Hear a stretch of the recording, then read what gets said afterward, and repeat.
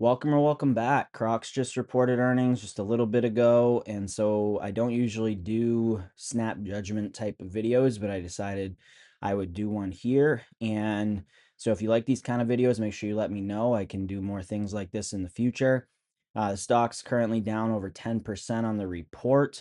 And I actually had posted over on X that I had started taking some profits, or I'd taken profits on my Crocs stock. I posted this on July 20th. I said I started buying Crocs in October of 2024. Today, I sold the majority of my shares as I think a pullback in the stock is likely here, maybe one of even 20% or so. I felt it was overweight in my portfolio now. I kept the shares I bought at $74.50. I may hold those shares forever. I had done that video back where I said Croc stock is ridiculously cheap, and that was, back when I think it was trading maybe in the 70s there. I can't remember exactly. Could go back and look at that video. So I did decide to take profits before this earnings report. The stock has run up quite a bit. It filled the gap, which was up in the around 135, 135.35, I think was where that filled, and it actually went a little above that, and now pre-market obviously we're down uh, over 10%. So what does the earnings report look like? It actually doesn't look too bad, but I did notice a couple things looking at it.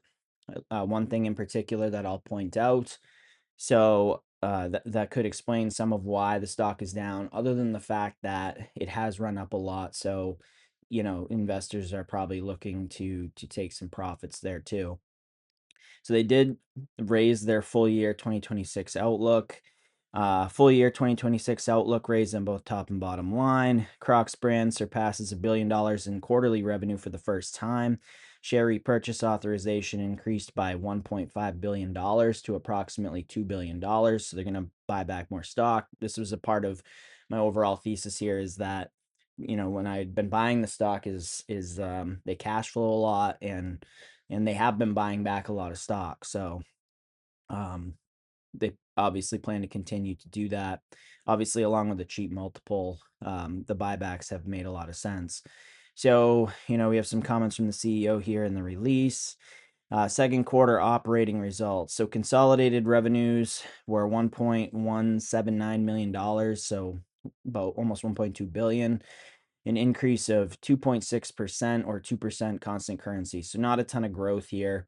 And this is part of why, the stock doesn't really, aside from people are always concerned about fashion risk and what's trending, but and Crocs does a good job keeping their brand relevant, I think, but with their partnerships and whatnot. But this is not a stock that's growing 10% a year or anything like that. Low single digit growth is not surprising at all. That's pretty standard for them lately. Direct to consumer revenues grew 12% or 11.3% on a constant currency basis. Wholesale revenues decreased. So this is also, been sort of what's been going on with them. So more direct to consumer, less wholesale. Gross margin was 59.4% compared to 61.9%. Adjusted gross margin decreased 170 basis points to 60% compared to 61.7%. So this is actually part of why I'm wondering if this is why the stock is down as much as it is, along with, like I said, the fact that people might be looking to take profits. I don't love the margin compression. I got to dig into this more and try to figure out why their margin compressed. If it's what costs were related to that. Because you don't like to see that, especially when you have a company where the consolidated revenue is not growing a ton. So margin compression, didn't love that. Um, SG&A expenses decreased 63.5% from 1.136 billion and represented 35.2% of revenues compared to 98.9%. Okay. The decrease in SG&A is largely driven by non-cash impairment charges related to the indefinite-lived HEYDUDE trademark and HEYDUDE brand, reporting unit goodwill of $430 million and $307 million respectively. So last year they did take that write down on HEYDUDE. They had that non-cash impairment charges last year. And I do think this is the quarter where that rolls off the trailing multiple. So now I don't think it's going to say they're not profitable on a trailing basis anymore. All right, income for diluted earnings per share of $4.13 compared to diluted loss per share of $8.82. Again, this was, they had that HEYDUDE impairment. The prior year loss per share is driven by, asset impairments as described above. Adjusted diluting earnings per share of $4.55 increased 7.6% from $4.23. So that's solid EPS increase, not double digit or anything. Some of that is going to be driven by share repurchases because, again, they're not growing a ton, right? They repaid $31 million in debt and bought back another 2.3 million shares for $251 million. So still with that, if that's in a quarter, if they did that in a linear way every quarter, they'd be buying back $1 billion worth of shares, which is a significant amount of the company. We look at, I think this market cap it's going to show here on Yahoo Finance is not based on the pre-market price, but if it's a $6.635 billion company about here as of close yesterday, and you buy back $1 billion worth of stock in 1 year, that's a significant amount of the company. So the buybacks there were a big part of the appeal of the stock, but without top line revenue growth, with as much as the stock has run up, I didn't want to sell all my shares, but I did want to take some profits with the multiple not being as cheap as it was. But still, I kept some of the shares for a couple reasons, and I do still think that these guys are going to be able to return a lot of capital. They make cheap shoes with high margins, even though the margins are seeing maybe some pressure there. And I think that over time they could compound as long as the brand stays relevant. But anyway, so we look at the different segments. So Crocs brand revenues increased 4.3% to $1 billion or 3.7% constant currency. They break down direct to consumer and wholesale. So you see direct to consumer increased 12% constant currency. Wholesale decreased again. So again, going more direct to consumer, less wholesale. We'll see if in the long run that's a good strategy or not. They've got to stay brand relevant so people search out their products if they're not going to be on the shelves. North America is growing, which is good. They've talked about returning Crocs to growth in North America, but not very much. So 0.4% constant currency is not much growth there. International continues to grow. So they increased 7.8% or 6.6 constant currency. I do believe that growth rate is down though, which could be another reason why the stock's selling down pre-market. It's tough to grow at the same rate indefinitely, but I think I have to go back and look, and maybe it was in that last video I did, but they might have done double-digit revenue growth internationally in the past. So I have to go back and check that, but yeah, 6.6% constant currency international is solid, but if it did slow down from double digits, you start to worry about, is the growth internationally starting to plateau? HEYDUDE is getting close to maybe bottoming here. Hopefully, revenue decreased 5.8% constant currency. Direct to consumer for HEYDUDE increased 7.2% or 7.1% constant currency, but wholesale again is down. I'm interested to hear over 17%. I'm interested to hear on the call how the strategy for this is going, the resets they've done, things like that with wholesalers. how is that going? And is this going to improve, or are they just really going to lean into direct to consumer? We'll see.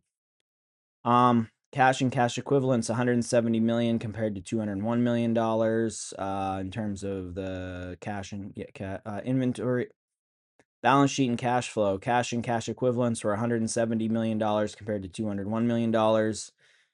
Inventories were down slightly. Actually, like to see that. Um, don't want to see inventory, you know, be you don't want to have too much inventory backlog here. Total borrowings 1.31 billion. They didn't pay back a ton of debt over the past fiscal year here, over the past trailing 12 months, I should say. I think it's probably because the stock was so cheap that they are focused more on the buybacks, which I actually like. I think that's good capital allocation. Um, Capital expenditures 39 million compared to 32 million. That's fine. Upsize is share repurchase authorization, so they're gonna they increase that, so they're gonna saying we're gonna continue to be able to buy back stock here is what they're looking at doing. I think that is a big part of the return here is are the buybacks.